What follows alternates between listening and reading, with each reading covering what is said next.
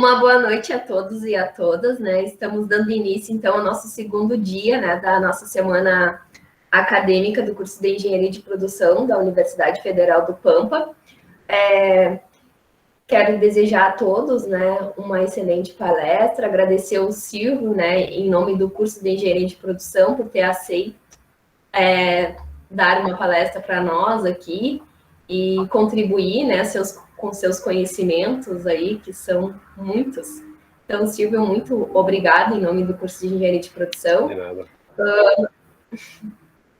E aí também, então, estamos aqui, né, com a nossa equipe organizadora, presente a Evelyn, a professora Tatiana e a professora Ibelize. Acho que os demais não estão aqui, né, gurias?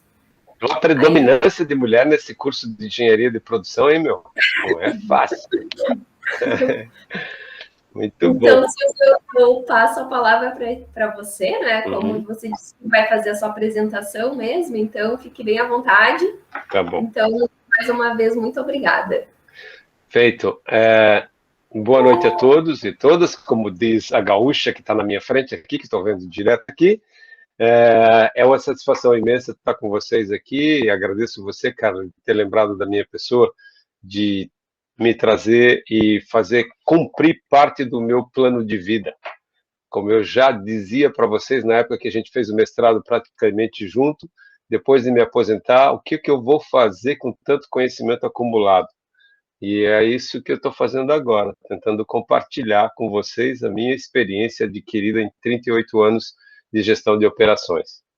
Essa é uma satisfação. Por isso te agradeço, que está me fazendo realizar parte do meu sonho, do meu plano de vida, por ter me convidado aí.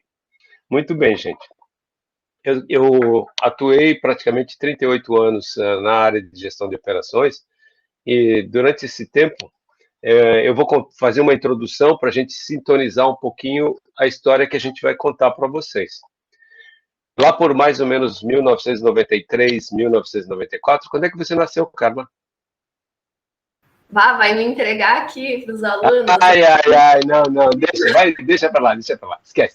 89. Aí, ó, tá, olha ali, ó, em 1993, 1994, eu participava, eu tinha entrado na Embraco em 1976. Em 1993, 1994, eu participei de um projeto de redesenho de uma das fábricas nossas.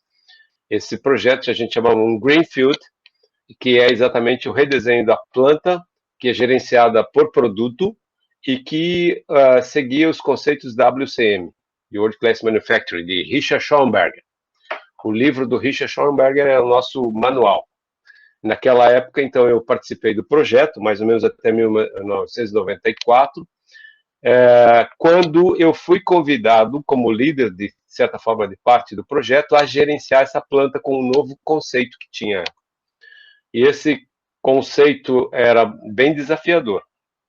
Bom, de 94 a 97, então, eu gerenciei essa planta nova, já no Brasil, propriamente dito.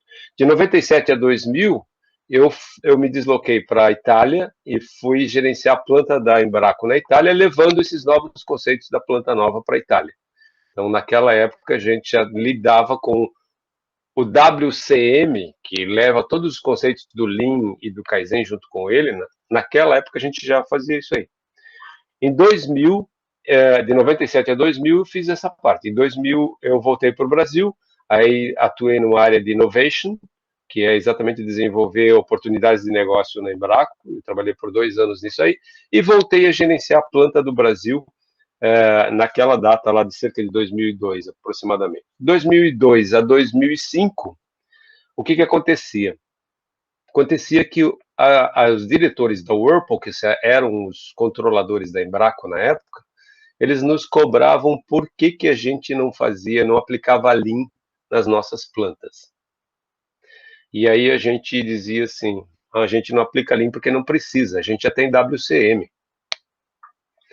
E foi nesse período que andou mais ou menos de 2002 até 2005 aproximadamente, chegou uma hora que eu não consegui mais ludibriar os nossos presidentes que vinham da Whirlpool. E aí chegou um momento de eu ver o que era o Lean de fato. Naquela data, então, o que aconteceu foi que eu participei de alguns eventos externos em que eu descobri que a Embraco ela não fazia algumas coisas que o Lean pregava. Duas, basicamente. Mapeamento de fluxo de valor e os Gemba Kaizens, porque nós sempre fomos muito engenheirados. Nós sempre fomos o engenheiro é que manda, o engenheiro é que compra a melhor máquina, o engenheiro que define o processo, engenheiro, e tinha pouca participação, apesar de a gente ter os times de, de melhoria já na fábrica, não era o suficiente. Então, duas coisas básicas nós não fazíamos. Mapeamento de fluxo de valor, como ele é pregado dentro do Lean Manufacturing, e os Gemba Kaizens. Bom, chegou o momento, então, de a gente ver como é que essa história acontece. Eu não podia mais negar que alguma coisa a gente não fazia. A gente tinha que fazer alguma coisa para saber se aquilo era bom ou não. E é aí que entra o case da Embraco, de fato. Daqui para frente é que ele aparece para valer. Então, daqui para frente, eu vou projetar, fazer a projeção dos slides para vocês e vou tentar continuar a contar para vocês. Antes de mais nada, eu queria deixar claro para vocês que eu sou formado em Engenharia Mecânica pela UDESC de Joinville. Depois disso, eu fiz gestão de negócios na FGV, depois eu fiz a parte de comportamento organizacional na Unicamp de Curitiba, e mais tarde nos encontramos, né, Carla, fazendo mestrado na UFSC lá, e acabei fazendo mestrado na UFSC. Exatamente para poder realizar o meu sonho de compartilhar o meu conhecimento. Foi isso que eu acabei fazendo logo quando deu o sinal de que eu ia me aposentar de fato. Em 2014 me aposentei. Pedi para me aposentar que estava na hora de eu sossegar. Foi mais ou menos assim. Agora eu vou projetar para vocês, então, a minha apresentação, tá bom? Vamos lá. Como eu não vou conseguir vê-los, vocês me dão a dica se as coisas estão aparecendo ou não, tá? Lá vai. Pode deixar, Silvio. Tá. Compartilhando, e agora vai a página em si. Vê se aparece para vocês aí. Sim, está aparecendo. Então tá bom. Então, o meu objetivo, então, é exatamente contar um pouco esse caso da Embraco em si. Esse caso da Embraco, ele se encontra, meu objetivo é compartilhar com vocês essa questão da implementação da cultura Lean na Embraco entre 2005 e 2013. O caso em si, ele está dentro desse livro, que é o Gemba Kaizen, do Masaki Mai, nas páginas de 249 a 260. Então, o caso foi considerado um caso de sucesso na época e acabou levando participou desse livro que foi desenvolvido pelo professor Masaki Mai. Bom, a Embraco atualmente não é mais Embraco, a Embraco hoje é Nidec. Então, a Nidec acabou adquirindo a Embraco recentemente, mas fica a marca Embraco ainda existe. O que a Embraco fabrica? A Embraco fabrica, de fato, os compressores herméticos de refrigeração, esse pretinho que vai no refrigerador aqui. Esse é o produto, são os produtos da Embraco. A Embraco é o maior fabricante de compressores herméticos do mundo. A planta do Brasil é a maior que existe no mundo atualmente. Esses são os produtos que normalmente tem. Agora, o portfólio já mudou um pouco mais, a Nidec tem outros produtos, além dos compressores propriamente dito. Vocês conseguem ver o meu pointer? Alô? Sim, estamos vendo ali embaixo. Então tá. E depois entram outros produtos agora da própria Nidec. Então a Nidec é uma empresa japonesa que acabou adquirindo a Embraco, que era da Whirlpool. A Embraco, ela tem plantas no Brasil, na Itália, só que agora já não tem mais planta de fabricação, mudou, agora só tem a área comercial, na Eslováquia, na Rússia tem um escritório comercial e tem planta de fabricação na China, e um escritório comercial também nos Estados Unidos e uma fábrica no México. Esses são os lugares onde a gente está. Essas aqui são as fotos das plantas da Embraco no mundo. E aí depois vocês vão entender por que eu estou mostrando isso, porque o Lean ele começa na planta do Brasil, que é basicamente essa que está aqui nessa esquerda aqui, e depois a gente vai expandindo e vai levando para as outras plantas no mundo. Muito bem. O próximo tópico que eu vou comentar com vocês é a questão, são basicamente a situação em que a gente estava da infraestrutura de implementação de Lean na planta.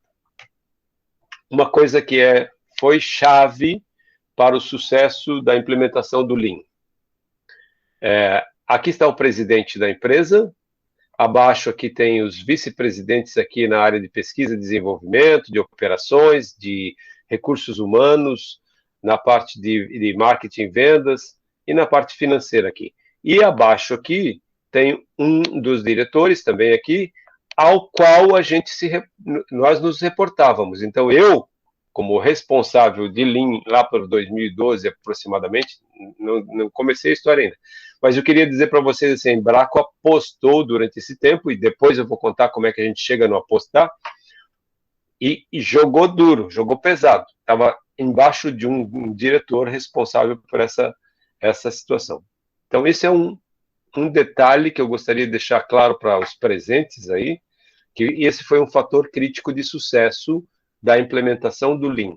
Não foi uma iniciativa que nasceu lá na manutenção, não foi uma iniciativa que nasceu lá na produção, não, ele veio com a visão de cima, dos diretores. E esse diretor tinha uma equipe, essa equipe não só olhava para a planta do Brasil, do ponto de vista de engenharia, mas olhava para as outras plantas. Então, aqui o Lean, nesse nível aqui desse diretor, ele era responsável por trazer para a planta do Brasil, para a planta da Eslováquia, para a planta do México, para a planta da Itália e para a planta da China. Tudo isso depois que eu contar os detalhes de como a gente chegar lá na frente, tá?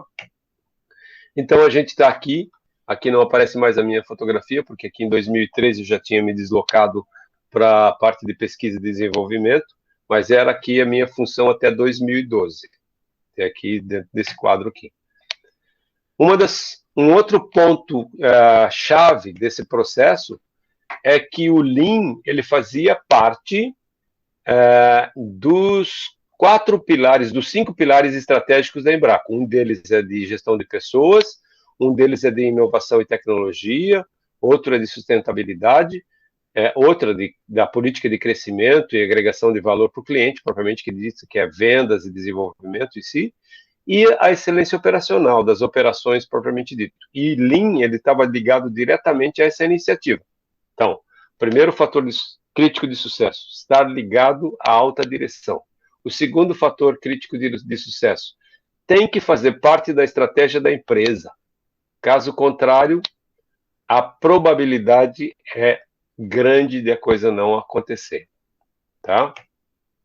Naquela época, a gente já tinha o que a gente chamava de Embraco Way of Management, que é o modelo de gestão Embraco, o sistema de gestão da Embraco propriamente dito, e o Lean, que está aqui representado por esse ELS, Embraco Lean System, fazia parte desse processo, desse conjunto todo do Embraco Way of Management, que é o modelo de gestão da Embraco propriamente dito.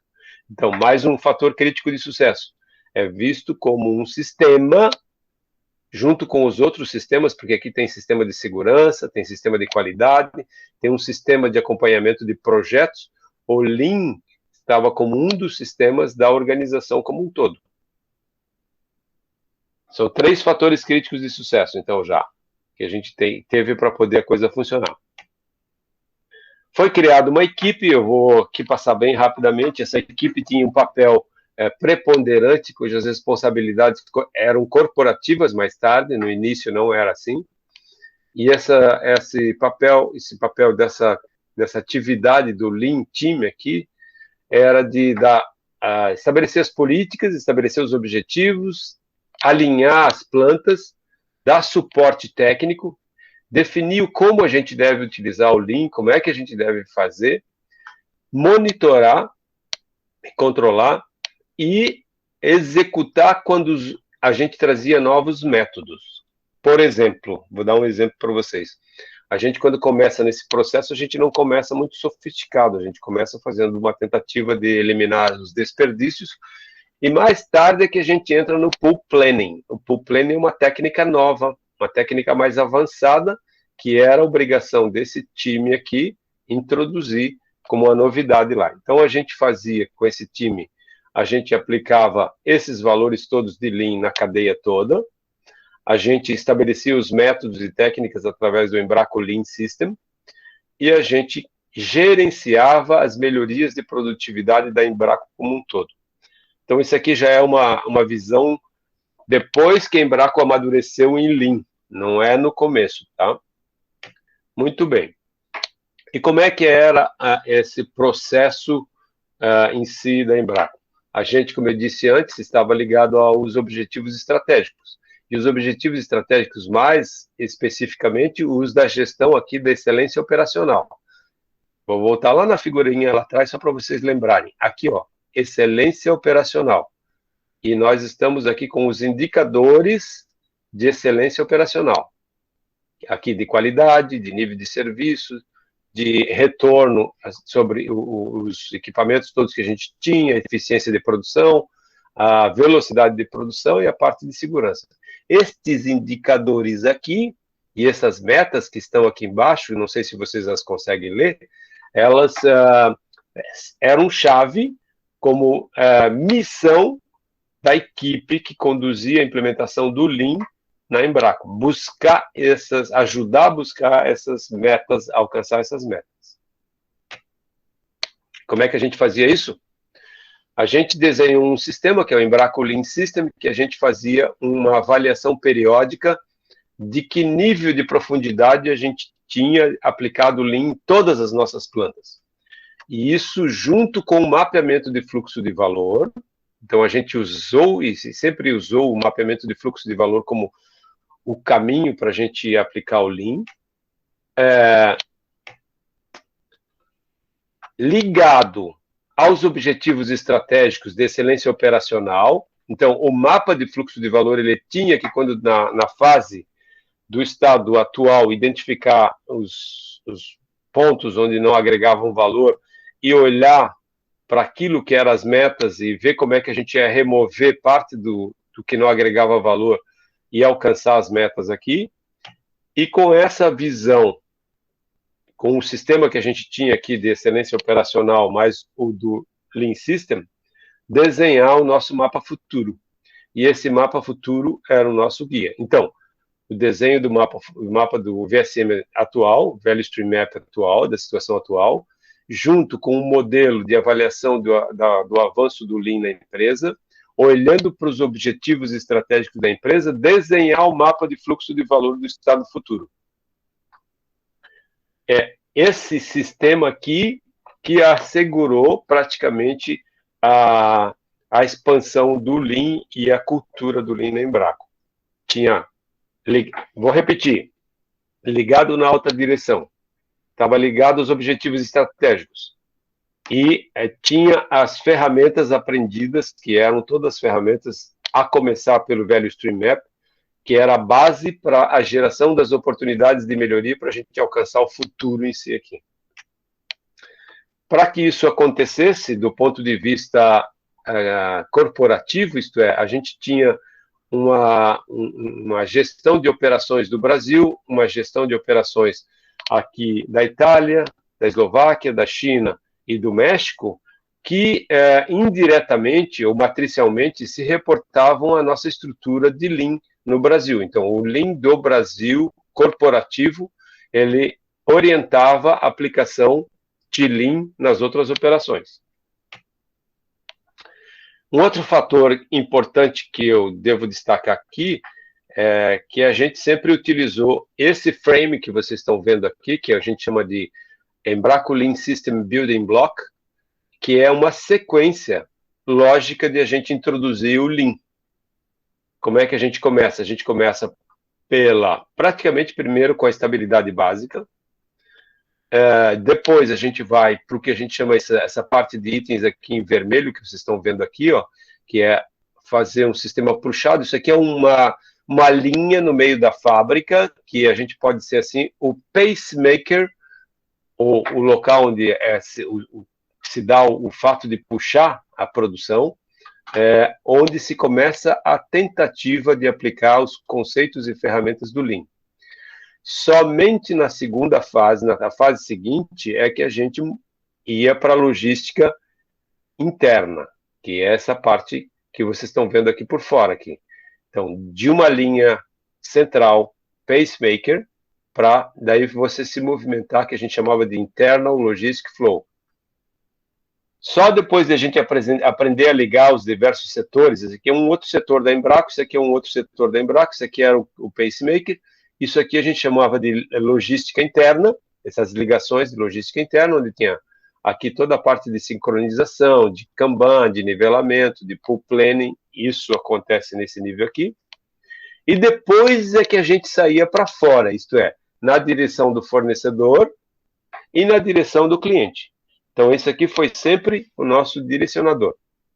Começar num processo principal, aprender as ferramentas básicas, trabalho padronizado, setup, low cost automation, isto é, automação de baixo custo, desenho de células, tudo isso numa linha primeiro, somente depois é que a gente avançava para cá. Então, essas bases que eu estou mostrando para vocês são aquilo que a gente aplicou depois que a gente fez o teste São Tomé, só depois.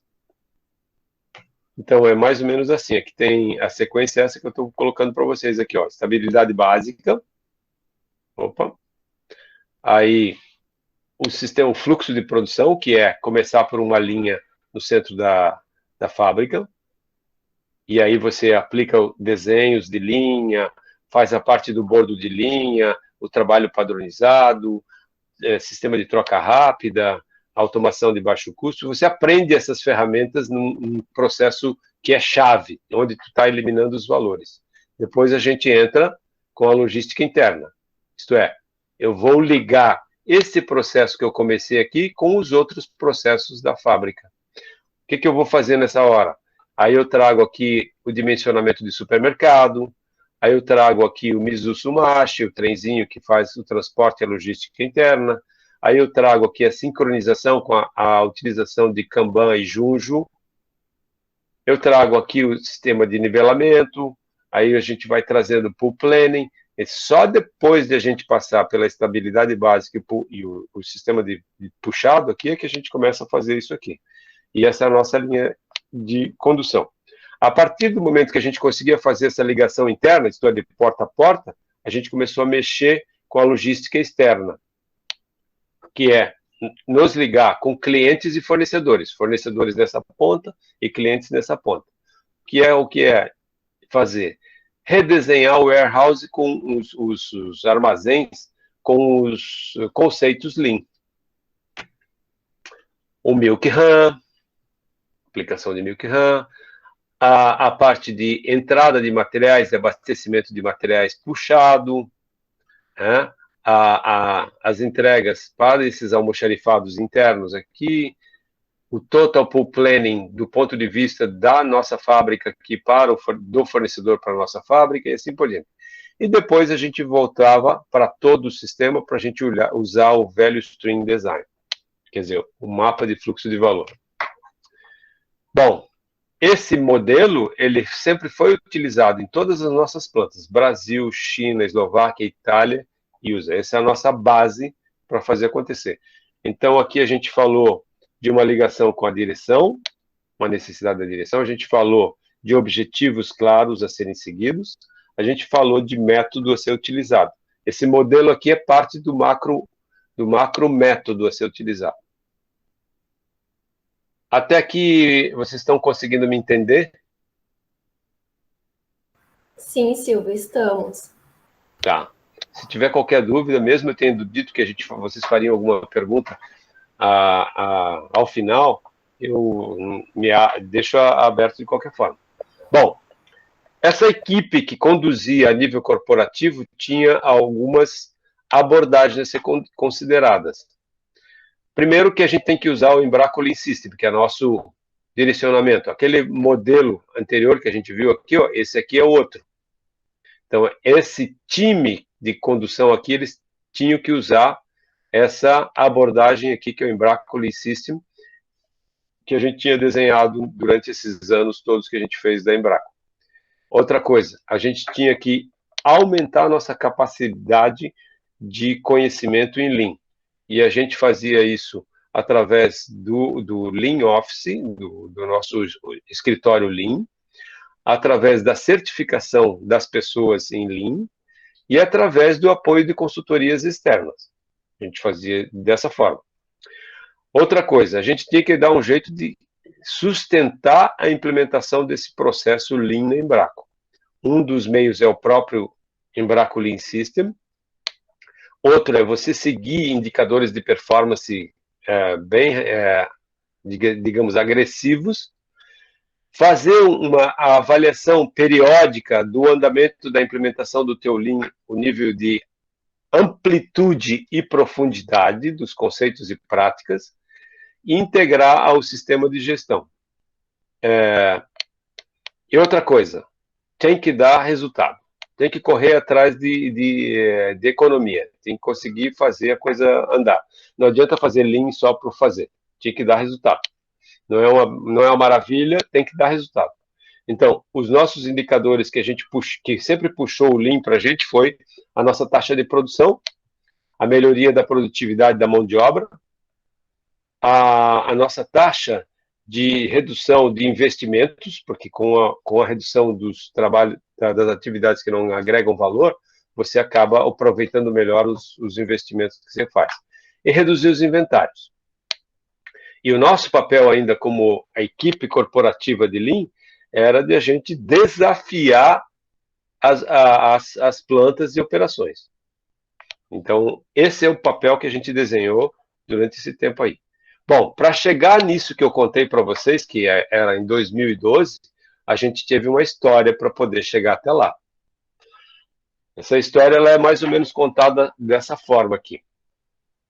Como eu disse para vocês, lá em 2003, 2004 aproximadamente, quando eu assumi a planta do Brasil novamente, me perguntavam se a gente ia aplicar Lean ou não.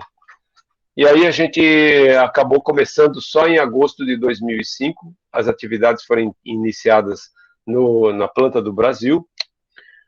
Como é que a gente começou? Eu vou mostrar para vocês em mais detalhes. A gente fez em setembro de 2005 uma sensibilização da diretoria.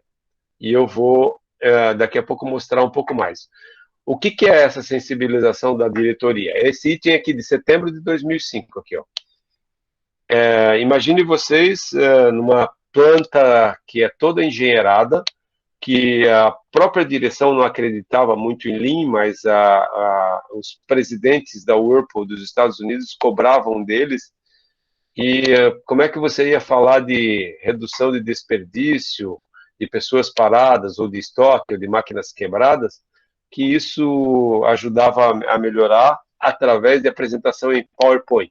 A gente resolveu não fazer apresentação de PowerPoint sobre Lean, a gente resolveu colocar eles numa sala durante 8 horas e fazer um jogo para eles aprenderem o que é ser uma planta Lean. Então, essa sensibilização foi feita com a alta direção e toda a liderança em setembro de 2005.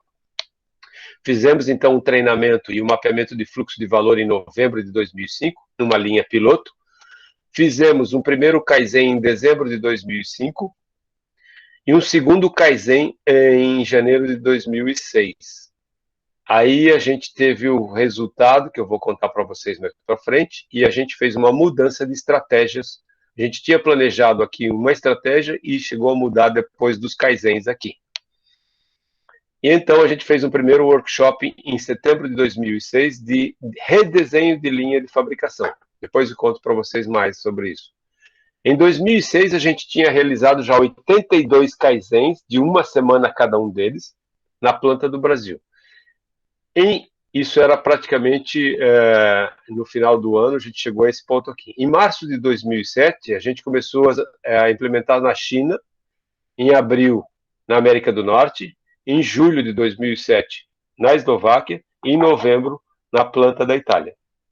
E aqui tem algumas fotos que mostram um pouco disso que a gente fez lá na época.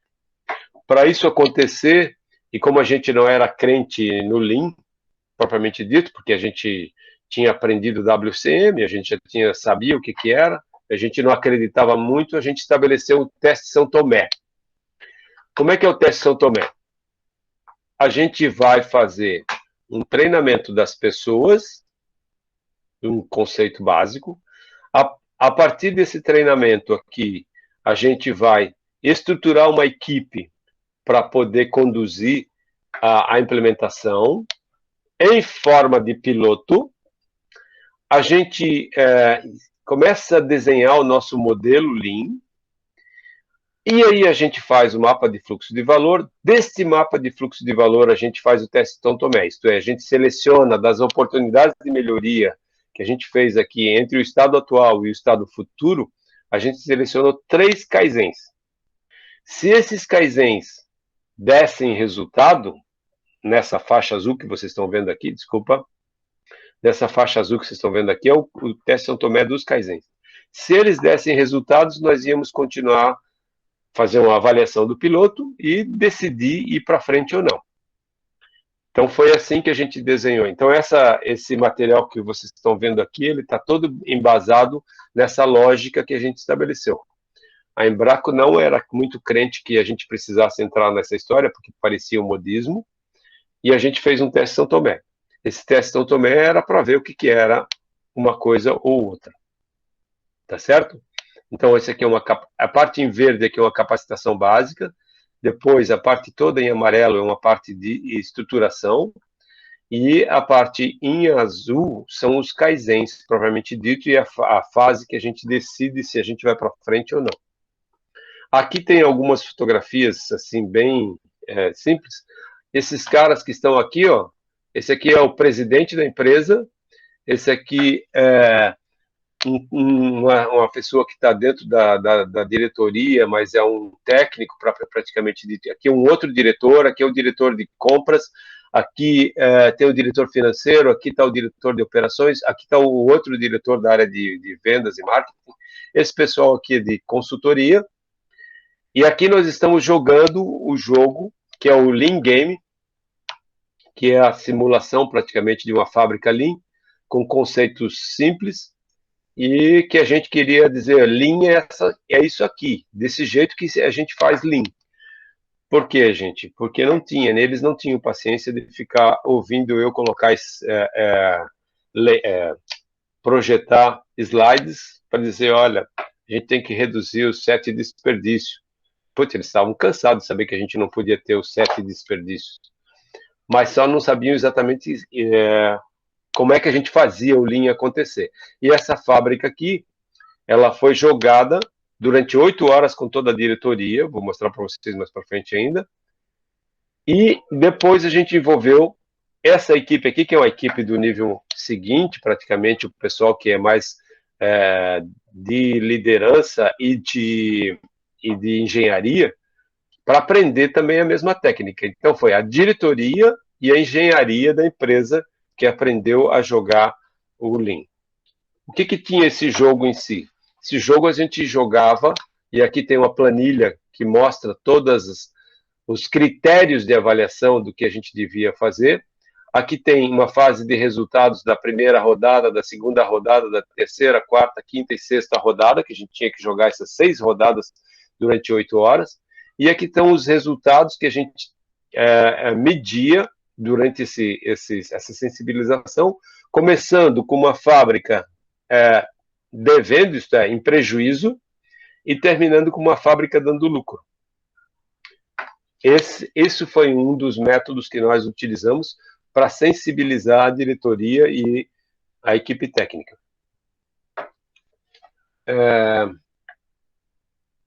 Estamos a meia hora, tá ok.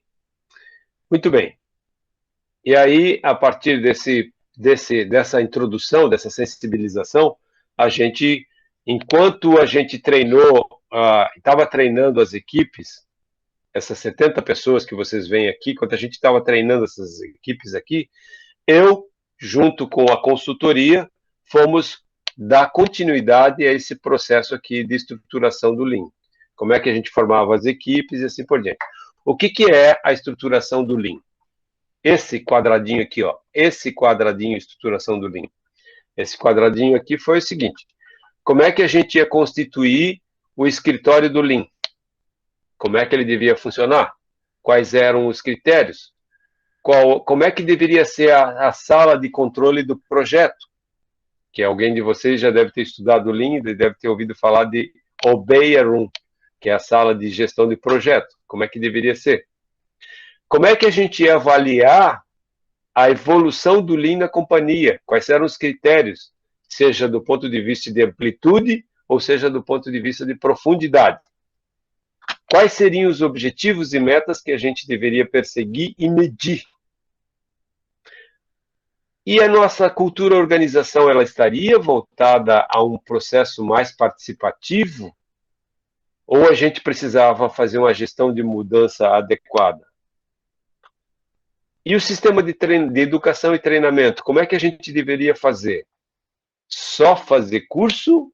Ou a gente mudar a infraestrutura de RH, reestudando os cargos e salários das pessoas, para poder reconhecer aquilo que o pessoal vinha aprendendo nas suas carreiras como operador 1, operador 2, operador 3, técnico de manutenção 1, 2, 3 e 4.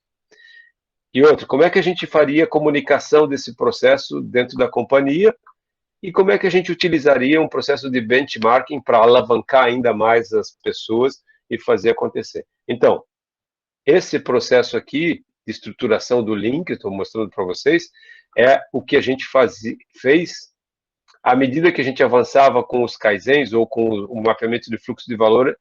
Eu e a equipe íamos trabalhando isso aqui em paralelo. Esse Lean Promotion Office, que é o escritório Lean de coordenação, ele tinha praticamente essa estrutura que vocês estão vendo aqui. Para a planta do Brasil, porque a gente começou com a iniciativa na planta do Brasil, eu estava gerenciando a planta do Brasil como um diretor responsável pela planta do Brasil e, ao mesmo tempo, como coordenador dessa iniciativa no Brasil. Com uma equipe de apoio, que, se eu não me engano, tinha 2 pessoas por aqui, e aqui a gente desenhou que tinha que ter os coordenadores especialistas, por exemplo, que sabiam fazer sistema puxado, que sabiam fazer redução de setup, que sabiam fazer pool planning, que sabiam calcular supermercado e assim por diante. Então, nessa estrutura do Lean Promotion Office, eu tinha que ter alguns especialistas que aprendessem isso aí. E essa mesma estrutura, ela era replicada dentro da planta do Brasil, na fábrica de minis, na fábrica de compressores MIDIs, na fábrica de componentes, na fábrica de fundição e na Embraco Electronics. Então, lá dentro de cada uma dessas fábricas, também tinha um coordenador e tinha seus especialistas aqui. Isso só foi possível fazer depois de a gente fazer o teste São Tomé, isto é, aquela estrutura só foi implementada, de fato, quando a gente fez esse processo aqui do teste São Tomé, o azul aqui que vocês estão vendo. Muito bem. Então, esse é a equipe responsável por dar continuidade àquilo que a consultoria trazia para a gente.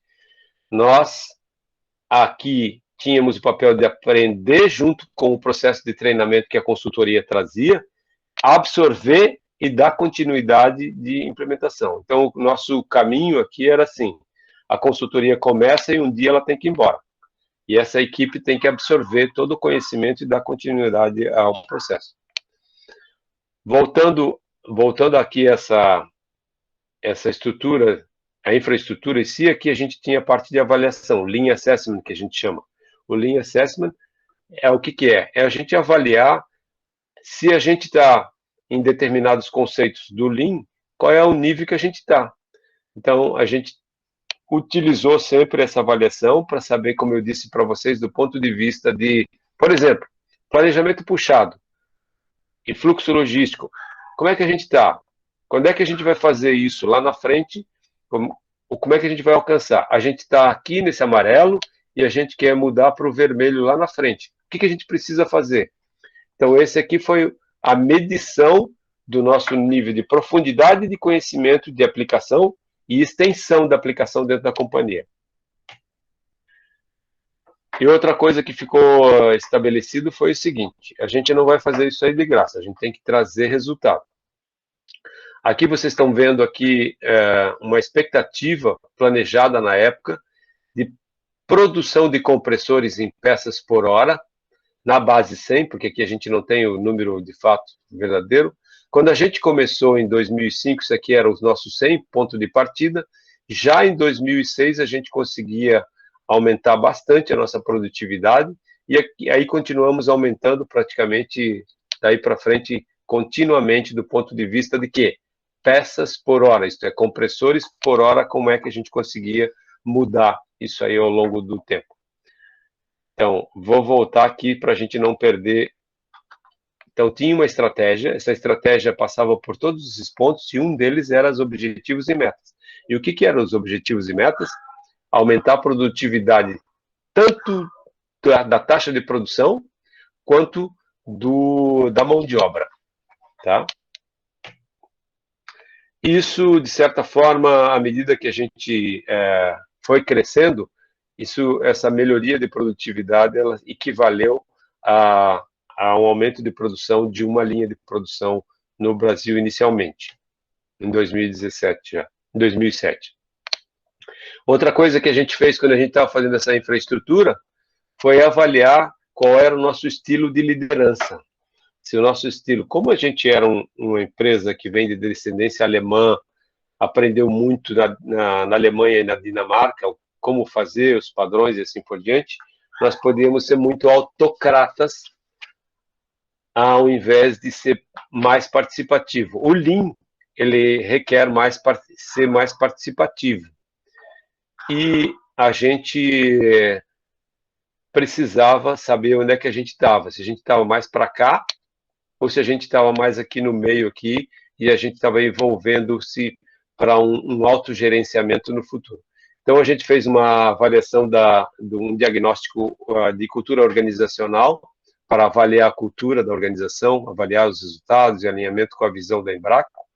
E aí nós chegamos à conclusão que a gente estava um pouco para a esquerda, não era tão participativo assim, e a gente não estava no estado ideal, mas que a gente tinha grande chance de dar certo. Outra questão da infraestrutura que a gente teve que fazer durante aquela fase era como é que a gente fazia a parte de educação e treinamento. Então, uma das coisas que a gente trabalhou foram as políticas de gestão de pessoas alinhadas com a implantação dos conceitos Lean na empresa. Em outras palavras, a gente começou a trabalhar na paralela, à medida que a gente foi aplicando as ferramentas, a gente foi elaborando a matriz de conhecimentos e habilidades dos coordenadores, isto é, das pessoas que conduziam os kaizens, das pessoas que conduziam o processo e que aprendiam das consultorias. A gente começou um programa de certificação desses coordenadores. Coordenadores são as pessoas que aprendiam o Lean e conduziam os kaizens e as implantações das ferramentas. Foi iniciado um processo de revisão de conceitos de carreira e modelo de células semi-autônomas, isto é, a gente já tinha lá no início, quando eu participei daquela fábrica nova, a gente já tinha implantado alguns conceitos de células semi-autônomas. E a gente que revisar esses conceitos, porque com o Lean a gente conseguiria uns melhores resultados.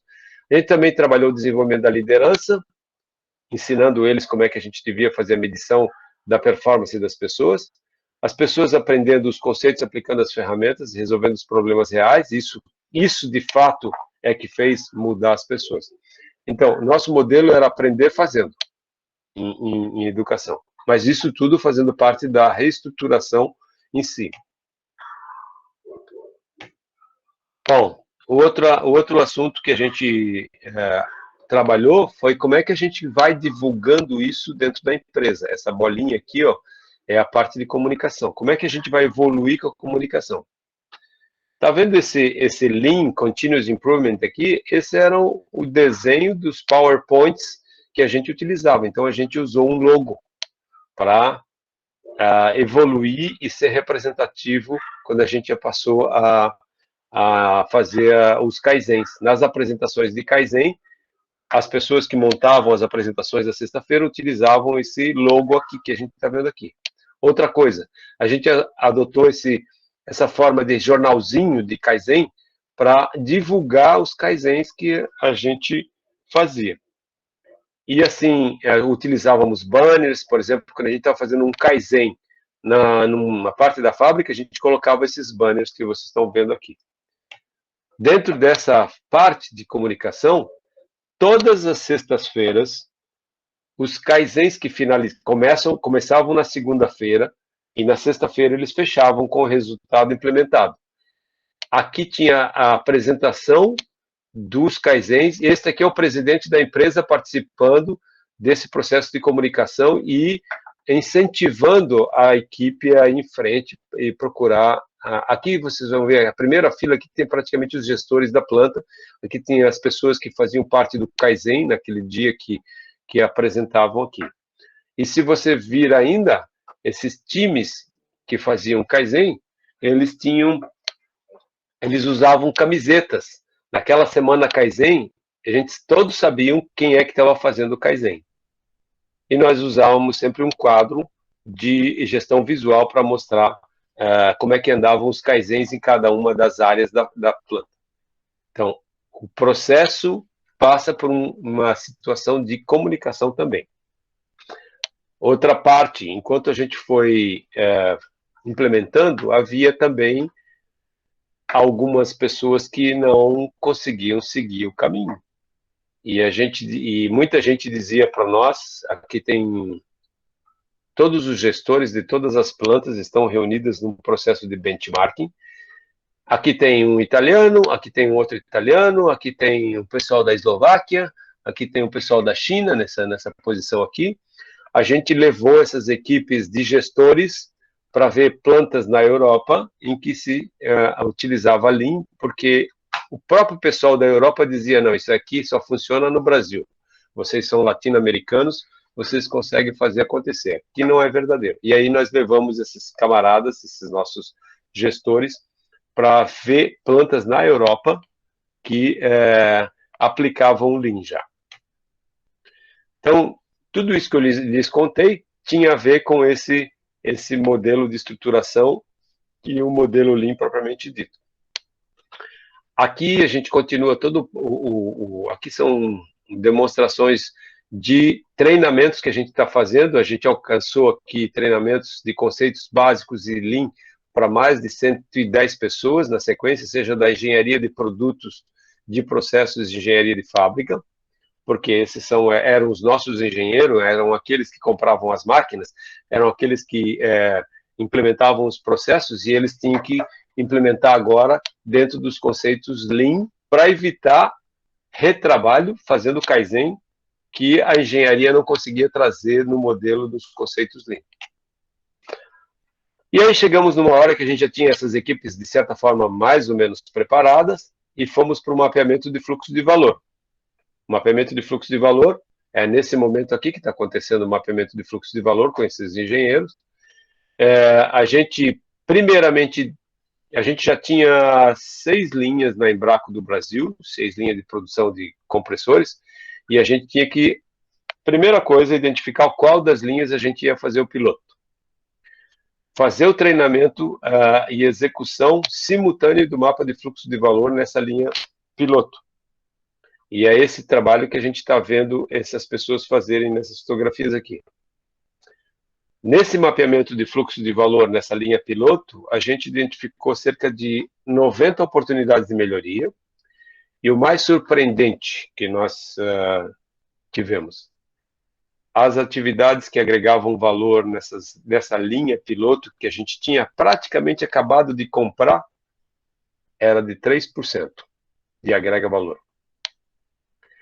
Isto posto, durante esse mapeamento aqui, a gente selecionou as oportunidades e selecionou os Kaizens que iam fazer parte do teste São Tomé, quer dizer, os Kaizens que a gente ia fazer rodar essa parte azul aqui. Esses Kaizens eram um sistema puxado na unidade de eixo e um Kaizen de disponibilidade de equipamento na linha 1 do eixo também. Por que na linha 1 do eixo?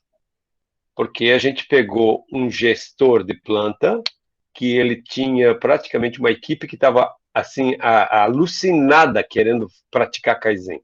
E ele, mais ainda, querendo ver a coisa acontecer na área dele.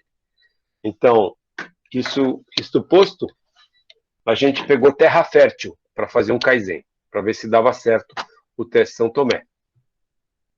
E esse Kaizen a gente chamou de um workshop Gemba Kaizen, de trabalho padronizado, que foi feito na célula de retíficas do eixo 1. Deixa eu ver só como é que eu estou. E ele aconteceu desse jeito. Então, a gente pegou aquele mapa de fluxo de valor que a gente tinha feito da linha toda, que ia desde a montagem até os componentes fabricados, e pegou aqui só o mapa de fluxo de valor de um dos componentes, que era o eixo. E a gente escolheu esse Kaizen aqui, que é um trabalho padronizado, para fazer nesse mapa de fluxo de valor aqui como nosso piloto, nosso teste São Tomé. Aqui vocês estão vendo a quantidade de pessoas, a equipe que participou do Gemba Kaizen, que é uma semana de trabalho. Não precisa de todo esse pessoal, mas como a gente estava numa fase que a gente estava disseminando conhecimento, a gente envolvia pessoas de outras áreas. Nessa fotografia, não sei se vocês conseguem ver, que tem uma moça aqui, bem aqui no meio. Essa moça aqui é do RH. Esse rapaz aqui também é do RH. E por que esses caras estavam fazendo lá o primeiro Kaizen junto conosco? Porque a gente tinha a visão de que ela tinha que ajudar a gente a redescrever os cargos das pessoas lá na frente, lá no futuro. E ela já participou do primeiro Kaizen aqui conosco. O que era esse Kaizen em si? O objetivo era padronizar as atividades de uma linha 1 de eixo da esteira da retífica do corpo, aqui uma retificadora, e assim por diante, a parte de fosfatização. Trazer isso aqui para realizar, botar em prática dentro dos próximos 90 dias. O que a gente tinha que fazer? Padronizar e cadenciar as atividades executadas dentro do tempo TACT estipulado. Estamos falando aqui de tempo TACT, aprendemos de tempo TACT e fomos fazer a coisa acontecer. Nós tínhamos que objetivo aqui ainda para reduzir 25% do lead time da linha do eixo, saindo de 2,4 dias para 1,8 dias até essa data aqui. Quando? Essa data aqui aconteceu o Kaizen. E como é que a gente ia fazer? Utilizando as técnicas que nós estávamos aprendendo com a consultoria. E quais eram os resultados que nós queríamos ter desse Kaizen? Nós tínhamos que aumentar a produtividade das retíficas do eixo em 50%. Imagine vocês o seguinte, como é que pode uma consultoria chegar lá dentro de uma fábrica que é toda engenheirada, cheia de gente que trabalhou há mais de 15 anos tentando otimizar a produtividade dessa linha de eixo, e alguém vem de fora e diz que é possível reduzir 50%, melhorar em 50% a produtividade. Foi para nós uma afronta isso aqui. Reduzir o estoque em processo das retíficas em 50%, a gente achava que era impossível, e ganhar 25% da área industrial. E resolver um problema de segurança crônico e um problema de qualidade crônica. Este aqui é o objetivo do primeiro Kaizen do teste São Tomé que a gente fez na Embraco. Como é que acontece? O Kaizen ele é um Kaizen de uma semana. Aqui tem uma parte que é praticamente alinhamento de objetivos, o cálculo do tempo TAC daquela operação, a coleta dos tempos de ciclo do homem-máquina e assim por diante. Faça aqui o desenho da hipótese do que a gente vai fazer, subdivide na terça-feira em dois grupos, em grupos de trabalhos diferentes, um grupo trabalhando no arranjo físico e outro nas instalações, outro no trabalho padronizado e outro na ergonomia. Na quarta-feira a gente estava com o plano de ação executado para isso aqui acontecer, e a gente, executado não, desenhado, e a execução aconteceu praticamente aqui de quarta para quinta-feira. Os 3 grupos, cada um deles atuando em um equipamento. Na quinta-feira a gente estava aí treinando as pessoas e certificando, e na sexta-feira a gente estava apresentando para a diretoria o resultado. Esse foi o plano do Kaizen. Esse aqui é o layout original da célula das retíficas. Então, você tem uma retífica aqui de corpo, uma retífica axial, uma retífica aqui também axial e uma outra cilíndrica aqui. Nesta operação aqui, trabalhavam em 3 turnos 12 pessoas. E aqui é que eu volto lá no objetivo. Vocês lembram que eu falei que a redução de 50%? 50% significa fazer com que a gente fizesse essa operação aqui com 6 pessoas e com redução de estoque em processo significativo. Na ocasião, nós estávamos com 464 eixos entre máquinas aqui, ó, entre essas máquinas aqui. E a gente está falando dessa célula de eixo aqui, isto é, aqui está a retífica do corpo, aqui está a retífica axial, aqui está a retífica do excêntrico, aqui está a retífica no seu estado original, na situação anterior. Esse aqui é o produto que é fabricado nessas retíficas aqui, que são retificadas, é o eixo. E aí a gente começa a destacar algumas coisas que a gente aprendeu na época. Como é que o povo desenvolveu o novo layout e discutiu as possibilidades de fazer fluxo, dar fluxo naquele processo e, ao mesmo tempo, eliminar atividades que não agregavam valor e, ao mesmo tempo, fazer com que a gente conseguisse fazer com que o tempo que os operadores estavam utilizando fosse de agregar valor de fato. O desenho do layout foi feito dessa forma. Eu não sei como é que é a experiência de vocês, mas a minha experiência ao longo dos anos de Embraco sempre foi assim. Tinha um especialista de layout, que quando a gente precisava mudar um layout de da fábrica, de algum lugar, ele fazia 3 alternativas no computador para a gente. E aí dizia, colocava na nossa frente e dizia assim, ó, tem essa, tem essa, tem essa. Essa tem essa vantagem, aquela tem essa desvantagem. Qual não foi a nossa surpresa quando a gente aprendeu com a consultoria que a gente aqui, no caso de um Kaizen, a gente não faz Kaizen no computador, a gente faz com a imagem projetada real, no tamanho real, com os operadores, com os mecânicos e com as pessoas que atuam no processo ali a redesenhar o layout. Então a gente pegou uma área livre dentro da fábrica e o pessoal desenhou o layout desse jeito aqui. Isso para nós foi uma afronta. Os nossos engenheiros nunca fizeram um bicho desse aí. Esse era o layout antigo. Conforme a gente pode ver aqui, tinha um percurso aqui entre máquinas aqui da ordem de 12,6 metros. E esse é o novo layout desenhado daquela forma que vocês viram aqui, com as pessoas desenhando aqui no chão. Esse é o novo layout que ganhou aqui praticamente 20 metros quadrados aqui. O percurso passa de 12,6 metros de percurso para 2,3 metros aqui. E esse é o layout da situação praticamente depois do Kaizen implantado na sexta-feira. Trabalhava com 2 pessoas por turno, que dá 6 pessoas em 3 turnos, e com estoque de eixos de 116, quando era antes 464. 12 pessoas, 464 eixos. 6 pessoas, 116 eixos. E aí vem algumas coisas que nos chamaram a atenção. Tá vendo aqui? Essa é a semana Kaizen. Aqui estão os operadores, aqui estão os mecânicos, aqui está o pessoal de serralheria ajudando a fazer a mudança das máquinas. Aqui está o gerente daquela fábrica que aceitou fazer o teste São Tomé. Aqui está a equipe do Kaizen. Aqui você vai ver aqui que aqui tá o presidente. Aqui está o gestor da planta que aceitou. Aqui tem um outro diretor. Aqui está o gestor da fábrica da fundição, praticamente. Na semana que nós estávamos fazendo o primeiro Kaizen, eu chamei o nosso diretor, nosso presidente, que é era o Ernesto Heisselmann na época, que disse, vem cá ver o que é um Kaizen. O que um Kaizen faz com a gente, e a gente faz mudança com as pessoas que atuam no processo. Só para vocês terem uma ideia, uma mudança desse tipo aqui, a gente só fazia em férias coletivas. E aqui a gente fez ela durante um período de produção normal. Claro que a gente planejou antes o Kaizen, fez estoque para poder não parar a fábrica e mexeu nas máquinas com a fábrica andando, o avião no ar.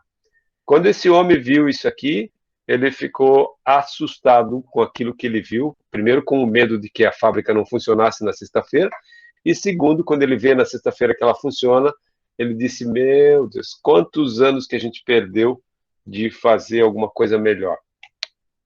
Resultado do Kaizen. O Kaizen foi implementado na sexta-feira realmente com 50% só uma melhoria de produtividade de 50%, e uma redução de work in process, de estoque em processo de 70%, uma redução do uso da área que não foi de 25%, foi só de 9%, e aqui a gente conseguiu fazer a resolução de 2 problemas de segurança e de qualidade, como a gente tinha planejado.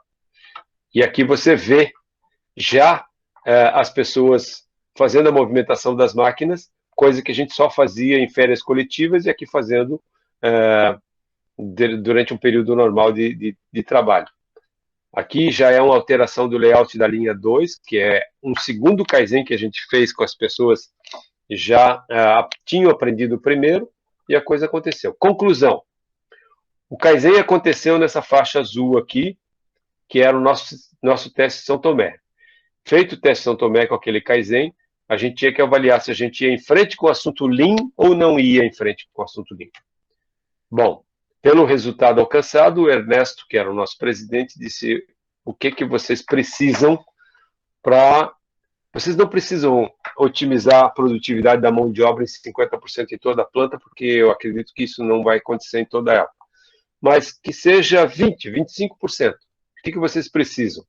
E foi aí que a gente mudou a nossa estratégia em si, redimensionando a equipe que conduzia esse processo na Embraco e estabelecendo o seguinte: primeiro, eu precisava que aumentasse a equipe que me dava suporte para fazer a expansão mais rápida.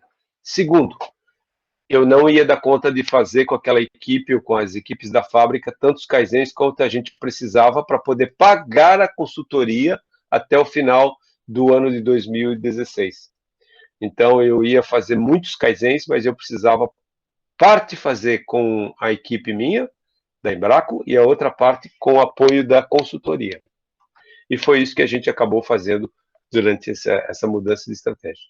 Lá em 2007, a gente já tinha aprendido a fazer muitos Kaizens, a gente já estava começando a fazer Kaizen na China, na Itália e na Eslováquia, praticamente, e a gente fez uma nova investida, que é como é que a gente desenha uma linha de fabricação usando mockup. Como é que a gente faz? Não sei se as pessoas que estão assistindo já ouviram falar de mockup, mas é uma forma de fazer uma simulação de um desenho de uma linha, de um processo novo, utilizando meios baratos. Aqui, por exemplo, vocês estão vendo caixas de papelão, vocês estão vendo estrados para poder representar. A gente aprendeu a desdobrar o processo no chão, para analisar os problemas de qualidade, de produtividade e assim por diante. A gente fez isso de uma primeira linha, depois fizemos uma segunda linha, fizemos uma linha para implantar na China e acabamos implantando uma linha com base nesses conceitos aqui. Isso aqui é mockup aplicado ao desenho de linha. Que resultados a gente alcançou? Que resultados a gente alcançou durante esse período? 2005 a gente começou fazendo os primeiros Kaizens, aonde a gente começou. A cor verde aqui é Brasil. A cor, um verde mais claro aqui é China. A cor aqui, o verdinho bem claro aqui é Itália. A alaranjada aqui é Eslováquia. E depois a gente tem aqui um pedaço aqui do México que começou a trabalhar nessa fase de 2013 e 2014 aqui. O que é isso aqui? Esse é o número de Kaizens que a gente fez no período praticamente que foi de 2005 a 2013. Está vendo aqui, ó? 5 Kaizens em 2005.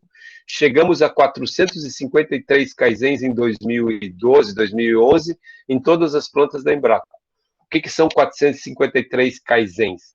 São 453 grupos trabalhando uma semana em todas as plantas no mundo. Isto é, sempre tinha uma planta fazendo Kaizen toda semana. 453 Kaizens por semana, ou 420, depois caiu bastante aqui, porque a gente já tinha melhorado bastante e mudou um pouco a abordagem da Embraco em 2013 a respeito disso aqui. Mas o Lean, ele começa em 2005 com esses Kaizens, e ele alcança 2013 aqui com essa quantidade de cerca de 420 Kaizens aqui, o que dá um total de 2.596 Kaizens feito de 2005 a 2013. E como é que isso impactou na produtividade propriamente dita, na taxa de produção? Essa curva que vocês estão vendo aqui é de 2006, na base 100, e a gente chegou a 39 mais 39% de melhoria, que é daqui para cá, dá 39% de melhoria na taxa de produção. O que significa 39% de melhoria na taxa de produção? Significa que a gente estava colocando o equivalente a 3 módulos de produção de compressores novos, sem investir muito. Um módulo de produção novo é cerca de 45 milhões de dólares. A produtividade aumentada, a produtividade aumentada de 39% para nós equivalia a 3 módulos de produção novos, o que representa 3 vezes 45 milhões de dólares que a gente deixou de investir. A gente não precisou investir 3 vezes 45, a gente investiu só 10 milhões de dólares para 3 módulos. Além disso, a gente mudou a taxa de ocupação da mão de obra por compressor. Isto é, a gente tinha esses números que vocês estão vendo aqui, são minutos por compressor. Na Itália, a gente começou em 2011 com 11,4 a 11 minutos por compressor. E vocês aqui tem na China 33 minutos por compressor, e a gente tem no Brasil 21 minutos e diminuímos para 20,6. E na Eslováquia a gente diminuiu de 41 para 36 minutos por compressor. Bom, vocês vão dizer assim, mas por que a Itália tem 11 e por que a China tem 33? É porque os compressores são diferentes. São compressores e linhas mais manuais e requerem muito mais mão de obra do que o normal. Então, na China a gente tinha mais mão de obra e o tipo de compressor que a gente fazia na Eslováquia era diferente daquele da Itália e é muito mais mão de obra que a gente tinha lá mesmo. Mas mesmo assim, o que vocês veem aqui são redução de minutos de mão de obra por peça produzida, por compressor produzido. Bom, o que a gente tinha em cada da história dos Kaizens, de 2006 a 2010, a gente obteve melhorias da ordem que equivale praticamente para cada real que a gente gastava no Kaizen, a gente trazia resultado de volta da ordem de R$8. Então, se eu gastasse R$1.000, eu ganhava de volta R$8.000 em cada Kaizen. Sim, só para ter uma ideia.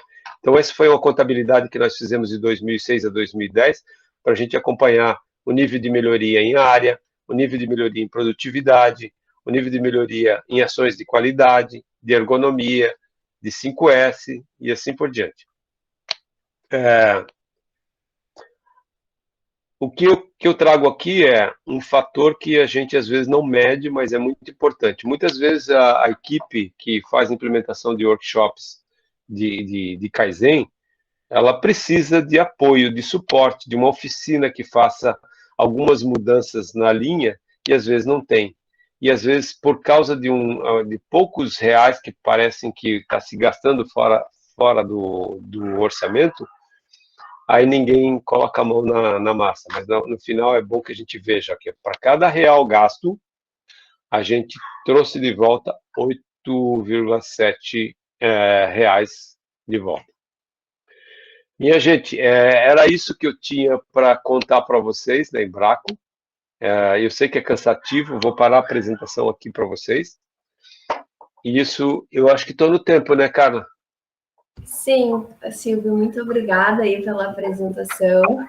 Ótimo, assim, essa contribuição conosco, né? Aí nós temos aqui uma pergunta. Pois não. Vou ler aqui para você. Do Antônio. Ele gostaria de saber qual foi o maior desafio para a implementação do Lean. Bom, o maior desafio, acho que eu ia dizer assim, que foi o convencimento meu e do meu superior. Uhum. E depois dos nossos pares. porque se nós não acreditássemos de fato e não víssemos aquilo como deveria, a gente não ia dar a força que tinha que dar. E a partir do momento que a gente enxergou, através daquelas simulações, que a gente podia fazer coisas diferentes, e a partir do momento que a gente olhou para o mapa de fluxo de valor e dizia assim, uma linha de 45 milhões de dólares só tem 3% de valor agregado, como é que pode isso? Isso fez a gente repensar a prova lei. Então, eu acho que o maior obstáculo estava mesmo na gestão, na alta gestão, porque a partir do momento que as pessoas são envolvidas nos kaizens, a autoestima sobe, elas demonstram que elas sabem, elas ficam encantadas, e tem até questionamento por que eu não participo do kaizen, porque não dá para fazer kaizen toda hora, em todo lugar, né? Também não dá. Não sei se eu respondi, mas o maior desafio que a gente passou inicialmente no Brasil foi esse. Depois, quando a gente teve nas outras plantas, a gente já sentiu um desafio maior, por exemplo, na Itália, porque a Itália é muito sindicalizada. A dificuldade foi maior. Na China, já era uma questão de dificuldade de obediência. O chinês é meio avesso, não é tão rápido assim para pegar. Mas eu diria assim, o convencimento da alta gestão, acho que foi o chave. Foi o chave. Aquele fato que eu falei para vocês ali de levar o presidente na planta para ele ver, aquilo muda completamente. Ele dizia assim, vamos fazer para ver como é que é. Aí quando ele viu, aí a coisa mudou muito. E eu mudei também. Uhum. Ótimo, respondido, Silvio, muito obrigada. Temos, antes de eu passar a palavra para a professora Evelise, eu vou ler a outra pergunta aqui do João. Uhum. Ele pergunta, qual foi a estratégia adotada para que não houvesse desistência da implementação do Kaizen durante o processo? A estratégia em si era que a gente conseguia, basicamente assim, a Embraco, ela precisava melhorar a produtividade. Vocês podem ver que eu falo muito pouco em redução de estoque. Falo muito mais em produtividade. Atividade que agrega valor. Então, o ponto-chave foi a demonstração dos kaizens que eles realmente traziam resultado. Então, cada kaizen que a gente fazia, que partia como o exemplo que eu trouxe para vocês, com 10, 12 pessoas, e você reduzia 20%, 30%, isso facilitou a vida para valer da gente. Então, esse foi o alavancador nosso. Espero ter respondido. Respondeu sim, obrigada, Silvio. Eve? Silvio, primeiramente, Oi. obrigada, viu, pela tua apresentação, com certeza foi muito enriquecedor, assim, né? Um conhecimento bastante técnico, assim, onde a gente viu a passagem, assim, por várias áreas dentro da engenharia de produção, né? Então, te parabenizo, assim, muito obrigada. Silvio, e aí pegando o gancho, assim, da primeira pergunta, ali da tua resposta para o Antônio, a questão, assim, sobre a importância, então, de ter uma equipe bem motivada, de um bom trabalho em equipe, né, de uma boa comunicação. Então, esses são conceitos, assim, de uma política que tu até comentaste no meio da apresentação, que é sobre a gestão de pessoas, né? Eu queria que tu comentasse um pouquinho mais sobre isso, aplicado, assim, essa gestão de pessoas aplicado à engenharia, especialmente a nossa engenharia de produção.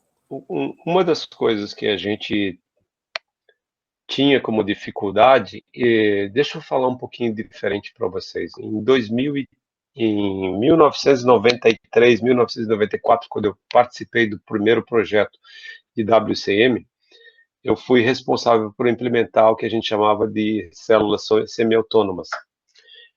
E as células semi-autônomas, você faz um achatamento na estrutura. Tira a supervisão e dá a responsabilidade para as pessoas. Naquela época, 1993, 1997, 97 eu assumi a fábrica, eu sofri. Foram 3 anos daqueles... A gente fez team building com as pessoas, fez de tudo. Então, as pessoas batiam palma quando trocavam de turno, era uma alegria toda. Só que a produção não saía. Isso já foi um desafio para a gente. Então, a gente aprendeu muito naquela época com a gestão de pessoas e o dimensionamento adequado para a cultura que a gente tinha. Durante a fase do Kaizen, da introdução do Lean na Embraco, a gente deu uma balanceada nisso. Nem tanto o céu, nem tanto a terra. Já foi uma abordagem, porque não necessariamente há a maturidade das pessoas para isso. Esse é um ponto. E outra coisa, esse modelo de células semi-autônomas, ele tinha que pegar muitas das responsabilidades das pessoas e colocar dentro dos padrões que serão estabelecidos e colocar também dentro da descrição de cargo das pessoas, para que elas fossem reconhecidas. Vamos dizer assim, uma pessoa que passasse a contribuir e liderar um grupo de células semi-autônoma, essa tinha que ser reconhecida, por quê? Por conhecimento, por habilidade e assim por diante. Então, isso eram fatores que a gente adotou. Outra coisa, todo o Kaizen tinha redução de mão de obra. E como é que a gente lida com redução de mão de obra?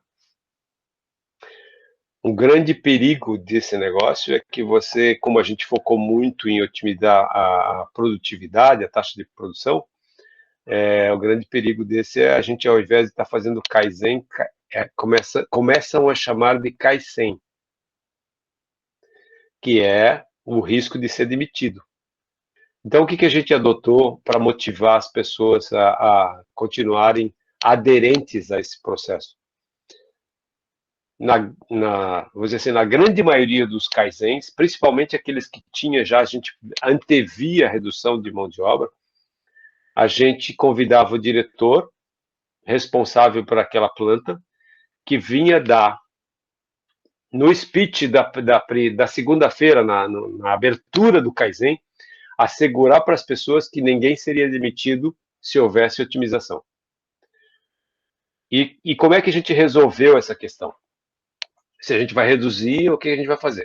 O que a gente resolveu? A gente fechou a porta de entrada. A gente não fazia mais seleção de pessoas externas.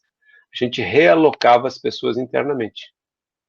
E isso nos deu um grau de confiança muito grande, porque as pessoas viam que otimizavam os processos e permaneciam na empresa. Claro, saía gente que às vezes precisava casar e morar numa outra cidade, mas aí é o fluxo normal das pessoas. Mas a gente parou de colocar gente nova dentro de casa. Pegamos as pessoas que a gente otimizava os seus trabalhos e eles passaram a, primeiramente, ajudar os Kaizens. A gente pegava os melhores dos Kaizens e tirava da linha, mas eles participavam de outros Kaizens em outros setores. Exatamente para eles serem, o ego deles ser reconhecido e a autoestima ser reconhecida. Então, isso ajudou muito a gente, ajudou muito, muito mesmo. Não sei se eu respondi a tua pergunta. Perfeito, Silvia. Sim, Silvia, obrigada. Silvia, agora, para a gente cumprir o tempo, a gente tem mais... Eu estou lhes ouvindo. Agora está? Estão me ouvindo? Eu estou, Carlinha. Oi? A gente não está te escutando, Silvia. Agora tá? Só tem que ativar o teu microfone, Silvia. Ok. Obrigado. Para a gente finalizar, agora nós temos mais duas perguntas de dois alunos aqui, né? Para a gente cumprir com o tempo que a gente tem uma outra palestra agora às 20h30, e aí a gente dá um pequeno intervalo, né? Aí eu peço também que, se der para colocar o teu e-mail ali para os demais, caso haja mais perguntas, vocês podem entrar diretamente em contato, né, com o Silvio aí. Deixa eu projetar. Deixa eu projetar aqui. Ótimo. Enquanto isso, eu posso ir lendo a pergunta? Pode. Tá, então o Vicente Braz pergunta: na readequação do novo layout, como foi projetada a modificação dos maquinários e equipamentos sem interromper o fluxo produtivo? E quais foram os problemas encontrados nestas etapas que não estavam previstos? Bom, como é que é o nome da pessoa que me fez a pergunta? O Braz. Não entendi. Braz. Braz é o seguinte, Braz. o Kaizen, você não vai para realizar o Kaizen sem planejá-lo. O Kaizen de uma semana, que você vai fazer a alteração, você trabalha nele praticamente uns 15, 20 dias antes. Você antevê, como especialista do assunto, o que vai acabar precisando. Então, por exemplo, as mudanças que nós fizemos naquele Kaizen ali do eixo, elas não foram muito grandes. Foram calhas para o eixo passar de uma máquina para outra. Foi uma mudança de um suporte para colocar os eixos. Não foi mudança de estrutura da máquina, foi mudança praticamente na hora que você tira a peça da máquina, como é que a peça vai para outra máquina, que são as automações ou as soluções de baixo custo. Então, assim, fazer essa visão de que provavelmente vai ter uma calha que precisa ser feita, vai ter uma peça que vai precisar, nessa ocasião, 15 dias antes do evento, eu estabeleço que naquele Kaizen eu preciso ter disponibilidade da serralheria, da equipe de manutenção, da equipe de ferramentaria, para que, dado a ideia, o cara da manutenção que está participando do assunto vai para a manutenção e vai lá fazer a tal da calha, vai lá fazer o tal do suporte, vai lá fazer o que precisa. E ele acontecia dentro desse jeito. Por quê? Segunda tinha teoria, terça tinha o grupo definido, quarta tinha a solução, na solução já se antevia o que ia se fazer. Na quinta tinha que implantar e as coisas eram rápidas, mas elas foram planejadas 15, 20 dias antes. Dá para antever isso. Para quem está preparando o Kaizen, dá para antever. Então é isso, Braz. Dessa forma. Vocês estão vendo o meu e-mail? Sim, Silvio. Se puder dar um zoom, fica melhor para o pessoal. Tá. E aí, o João, né, aproveitando a mesma pergunta do Braz, ele questiona: vocês tinham muito conhecimento do processo produtivo de vocês? Sim, a gente tinha bastante conhecimento do nosso processo produtivo, muito mesmo.